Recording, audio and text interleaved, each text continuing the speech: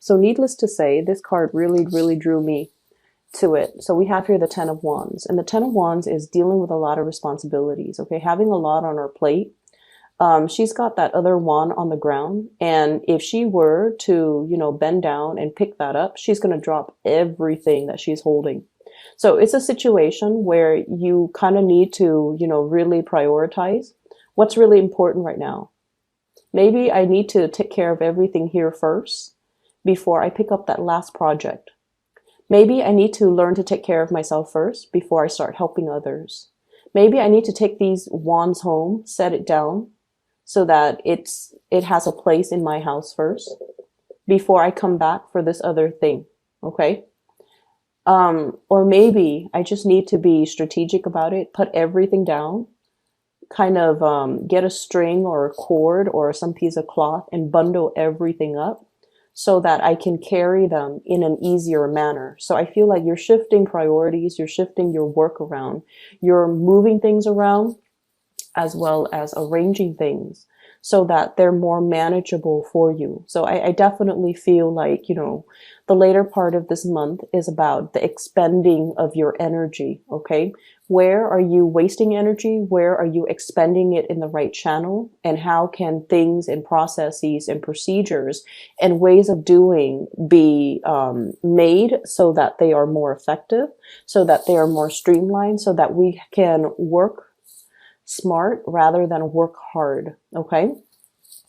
I'm also seeing as well, I'm getting an energy of somebody in your environment that you are trying really hard to please, okay? And this person comes up here as the King of Pentacles. And for those of you who has this person in your work environment, this is usually like, this is somebody that I would call like, they see the value in people, okay? They know that you're very hardworking. They know that you're very honest, straightforward, and they know that when they give you a specific task, that you're going to be able to get it done. So they don't have any complaints about your work ethics. They don't have any complaints about you as a worker. And if you were working under this person, they know that you take care of everything that you're supposed to. So they're not, looking over your shoulders, micromanaging you, or they're not checking up on you every 5 minutes to make sure that you're actually at your desk doing your work. They have a great deal of trust in you. And because they have such a great deal of trust in you, this is not somebody who's very verbose when it comes to congratulations, okay? They're not going to come by your desk and be like, oh, nice work today. Or you did a really good job on this account, or you handled this client really, really well, or you did a really good job with, the quarterly summaries or with your reports.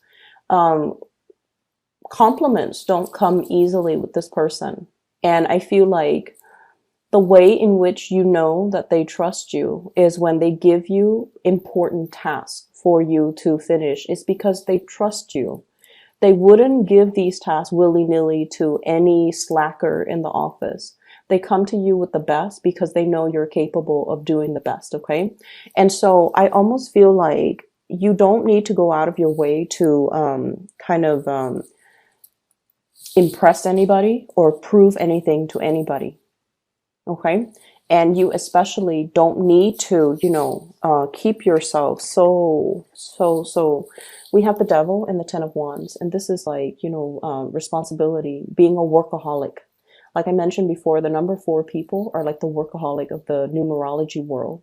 This is ultimately workaholism, not having that good personal life and work-life balance, feeling a little bit like overwhelmed, kind of like you're sinking or you're drowning with a lot of responsibilities, okay? And so you don't need to, if you feel like, oh, I need to make a good impression, I just started a job, I need to prove myself, you don't have to do any of that, because the people around you, especially that superior, is totally aware that you are capable of doing a lot, but they're also aware that you're hardworking. So you don't need to go out of your way to prove this to anybody. So take it easy a little bit when we are at the later part of March, mainly because we're still in that retrograde energy. Okay, the Mercury retrograde is from March 5th, I believe, until the March 23rd. And so after March 23rd, I feel like, if we're dashing off assignments and if we're just trying to get things done, most of those things will be bounced back to us for fixing. So it's really, really important that we look carefully at our workflow and we can figure out how we can improve things rather than piling things on when it's not necessary. Okay. So that's what I'm feeling here. And I'm also feeling as well, for many of you, you have really made it. Okay. Hard work paid off in a big, big, big, big way. And I have this card here, the Magician. The Magician is mastering a skill. And what this card denotes to me is it's somebody who's very well-rounded, okay? He has all the suit of he has all the suit. So the sword, the wands, the pentacles, and the cups, okay? So he's mastered the four elements. And so I feel like for many of you, you're very well-rounded. You have a multitude of skills. So I see people who have had a lot of jobs, as teenagers, okay? You might have been a cashier. You might have worked in fast food. You might have been a waitress. You might have been a hostess. You might have been a receptionist. You had a myriad of skills under your belt. And so when you go out into the world as, in your 20s, okay?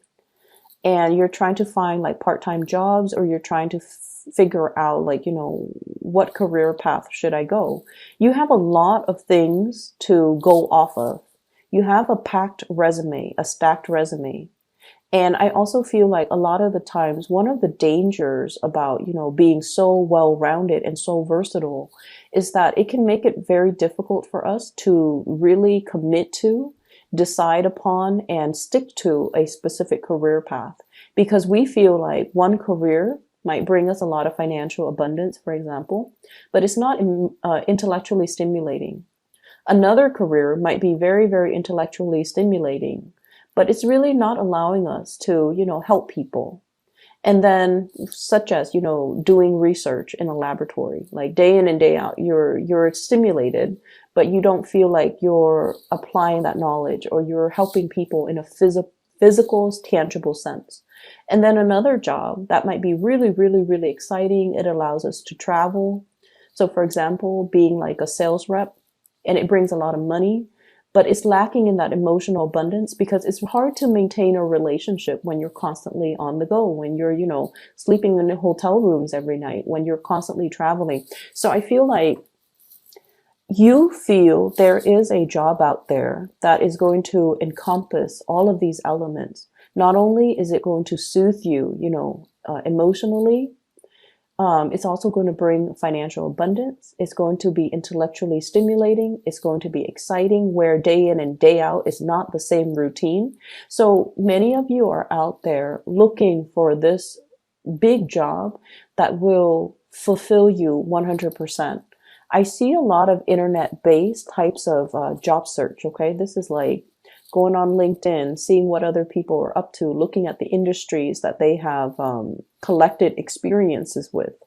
And I see you as well, going online, going to these big organizations like the nonprofit, the company website, and looking to see what careers they have, as well as what job listings are available.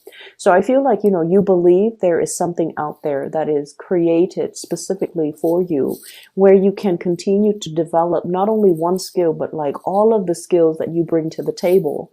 And then you want it to be like a perfect, perfect, perfect match. If you are in the process of looking for work, I feel like many of you are really, really, some of you could be at the top of your career. You've already mastered everything. And the work itself, I'm hearing there's a lot of babysitting. Okay. So I don't know if you're taking care of children physically, or you feel like, my job title is a specific way. It was advertised like this, but I feel like I'm picking up a lot of people's slack. And then as a result of it, you don't want to be in an environment where you stop growing. It's like everybody's growing, and you're doing a lot of like legwork, and you're cleaning up after people, and you just feel like there's more to life than this. There's more to my capabilities, and this job is really limiting, you know, my ability to learn more, my ability to expand. So I'm looking elsewhere. So I see many of you looking elsewhere, many of you as well, moving forward and trying to find something that encompasses, you know, everything that you love and that will be more in alignment with you. This is going to be on the horizon for you. Okay. We have the Wheel of Fortune, things turning around, and kind of like, I usually think of this as like a door opening or a portal. Okay. And the stars have to align in order for the portal to open. It's sort of like, you know, those, um, it's like those, the sacred space. And I'm getting a lot of, you know, Indiana Jones like references where things have to all be aligned in order for a specific situation to happen or a specific thing to open. Like the time is not ready yet. And when it does open for you, it's really going to free you from this mental prison here with the Eight of Swords. It's sort of like feeling stuck, feeling like I don't even know which direction I want to go. I want to go in. Having a lot of thoughts, having a lot of what ifs, having a lot of like having a lot of options, having a lot of ideas, and not having anything concrete, or not having, you know, that mentor that can really help you find a straightforward career path even. So I feel like something is going to be open for you. And what they're saying is, in the past, if you have settled for situations because it met a specific criteria, but it didn't meet all of the criteria. It was, you know, financially stable, so I did it, or I was in it. Or the other one, it was, you know, intellectually stimulating, but it wasn't very stable financially. So something is coming into the picture that will honestly, truly meet all of your criteria. And you might have thought that, you know, this situation would never come around, but I feel like it is going to be in the picture for you. And wait around for it. And especially during this Mercury in retrograde period, I would say after the 23rd of March, I do feel these doors, these portals opening up for you. Okay. In the love relationship sector as well, I feel like you have two options on the table here. I don't see people juggling. I don't see people, you know, cheating or anything like that. I have an air sign. So this is air energy, Aquarius, Gemini, and Libra. And then I have an earth sign, a Taurus, a Virgo, or a Capricorn. So first of all, let's talk about this air sign. They're linked up with a magician. Okay. So they're incredibly, incredibly, incredibly intelligent. Very, very intelligent. You can like stay up all night talking to them. You don't mind, because they're just a joy to talk to. They have a lot of ideas. They have a lot of plans. They're just really, really fun to talk to. They're very inspiring to be with. And they're so intelligent that they kind of expand your knowledge base. Okay. And I feel like this person is so intelligent that they can also be a little bit critical. Not in a snippy, moody way, but I feel like when they talk about something, they have already like thought out all they have thought about all the possible outcomes that could result from it. So, you know, for example, they might say like, they might say like, I really, really want to be a teacher, but I know that, you know, teachers don't get paid a lot, especially in the public school systems. And then we have to deal with all of those administrative meetings, which really cuts into the time that I have in the classroom. And then on top of that, we're now teaching to, you know, meet some standardized test scores. We're teaching students just so that they can pass the test. We're not really teaching them life skills, or we're not really teaching them properly. So as a result of it, I'm not going to be a teacher. So it's sort of like that. They have thought about every possible avenue, every possible factor, every possible downfall and pitfalls about a situation. So even though they have a lot of good ideas, they're very, very scared to act. I feel like you're dating this person socially. We have here the Three of Cups. And then I also feel like the communication is, there's a lot of internet-based type of communication, text messages, emails, and, you know, fast, swift communications happening between you and this person. And I feel like this person is not 100% sure how they feel about you. Okay. They're still a little bit stuck in their predicament. They're going to free themselves soon and come towards you. But what I do feel is they see your energies like this. You guys are the life of the party. Like when you work hard. When you play hard.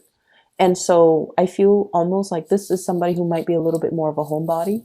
They see your energy as the life of the party. The magician is what I usually call the life of the party. It's somebody who knows how to talk and mingle with everybody from all walks of life. And when they go out and they have fun, they really, really know how to let their hair down.